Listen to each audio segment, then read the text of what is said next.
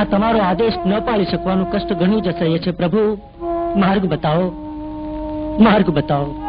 અને ભગવાન સ્વામિનારાયણે એવો માર્ગ બતાવ્યો જે જગતના ધર્મના ઇતિહાસમાં જોડ બની રહ્યો.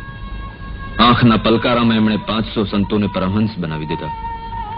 પરમહંસ એટલે જેને વર્ણાશ્રમ નહીં, નાત જાતના ભેદ નહીં, શિખા નહીં, જનોઈ નહીં, કપાળે તિલક નહીં કે ભસ્મ નહીં, એને નહીં પૂજા કે નહીં માળા, બાહ્ય સાધનોનો ત્યાગ કરી આત્મરૂપ થઈને જીવી શકે એ જ પરમહંસ. વિરોધીઓ તમને બહારના ચિહ્નોથી ઓળખતા હોય તો જરૂર જણાય ત્યાં લગી એનો ત્યાગ કરી સામાન્ય માણસ સહેલાઈથી સમજી શકે એવી ભાષામાં સત્ધર્મનો પ્રચાર કરવો એ જ પરમહંસનો પરમ ધર્મ. પરમ નાચ જાત જોતો નથી ભાઈ. ઘાણીએ જોડેલા બળદની આંખે ડાબલા બાંધો છો, કારણ કે એને આજુબાજુનું કશું દેખાય નહીં અને ગોળ ગોળ ફરતા ફેર ન ચડે. એવી જ રીતે ઈશ્વર અલ્લાહ જોડે જીવતર જોતું હોય તો આંખ પર ભક્તિના પડળ બાંધવા પડે. એનાથી મોહ માયા દેખાય નહીં અને જિંદગીના તમામ ચક્રાવા દૂર થઈ જાય. આ લોઢાને તમે તપાવો, ત્યારબાદ ટીપો, એ પછી એ વાળો એમ વળે. એ જ પ્રમાણે જિંદગીના લોઢાને સત્કર્મની આગમાં તપાવી સંયમને હથોડે ટીપો તો એ પણ વાળો એમ વળે. ખેતર ખેડીને વાવણી કર્યા વગર જો વરસાદ વરસે તો પાક ન થાય. એવી જ રીતે જીવતરરૂપી ખેતરને સાફ કરીને એમાં સત્કર્મોની વાવણી કરીએ અને જો ઈશ્વર કૃપાની વર્ષા વરસે તો જ ભક્તિની કુપળો ફૂટે ભાઈ. જેમ માટીના પિંડને ચાકડે ચડાવીને આકાર આપો છો, એમ જ કાચી માટીની કાયાને પણ ભક્તિ રસમાં ભીંજવી ત્યાગ અને સંયમને ચાકડે ચડાવો તો જીવતરને જેવો આકાર આપવો હોય એવો આપી શકાય.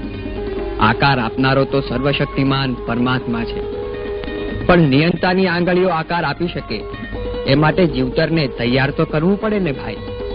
હવે આજ જુઓ, આ માટીના લોંદાને આકાર આપવા માટે જો આટલી બધી ચીવટ રાખવી પડતી હોય તો જિંદગીને આકાર આપવા માટે કેટલી ચીવટ જોઈએ એનો તો વિચાર કરો.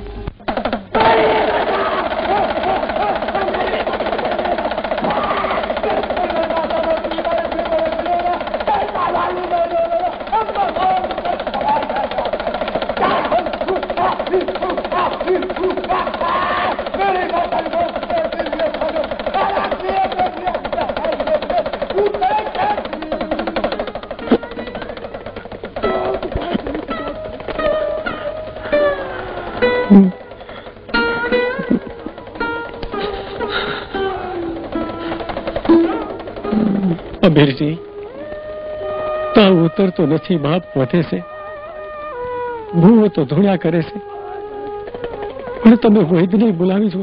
હકી દીકરીનું સત્યાનાશ વાળવા બેઠા છો બે ભાઈ. ભૂવો કોપે તો સાક્ષાત દેવી કોપે, સમજ્યા? તમારો જમાઈ છે, મારો તો દીકરો છે બાપ.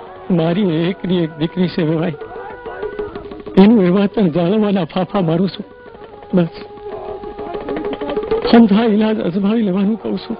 ઈલાજ નથી થતો.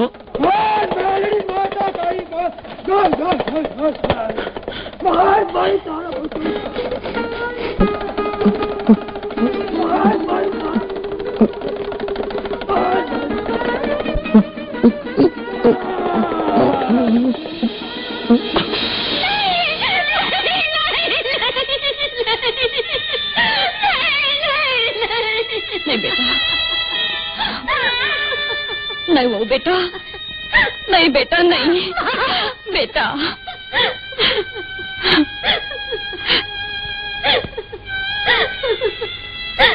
बेटा, ચાંદલો બુહાય છે, ચાંદલો બુહાવો ન જોઈએ બેટા. તું તો કુળનો ઉદ્ધાર કરવા જન્મી છો બેટા. જો તું કઈ વિધવા નથી થઈ. પતિના દેહની હારે 5 મહાભૂતમાં ભળી જવા તું તો જન્મી છો બેટા. હા, તું તો સતી છો બેટા, દેવી છો માં, દેવી. મારે નથી મરવું, મને છોડી દો, મારે નથી મરવું. આવી ઘડીએ નાકારો ન કરીએ બહુ બેટા, ના કરીએ. મારે જીવતા નથી સળગી મરવું. નહીં, મારે જીવતા નથી સળગી મરવું.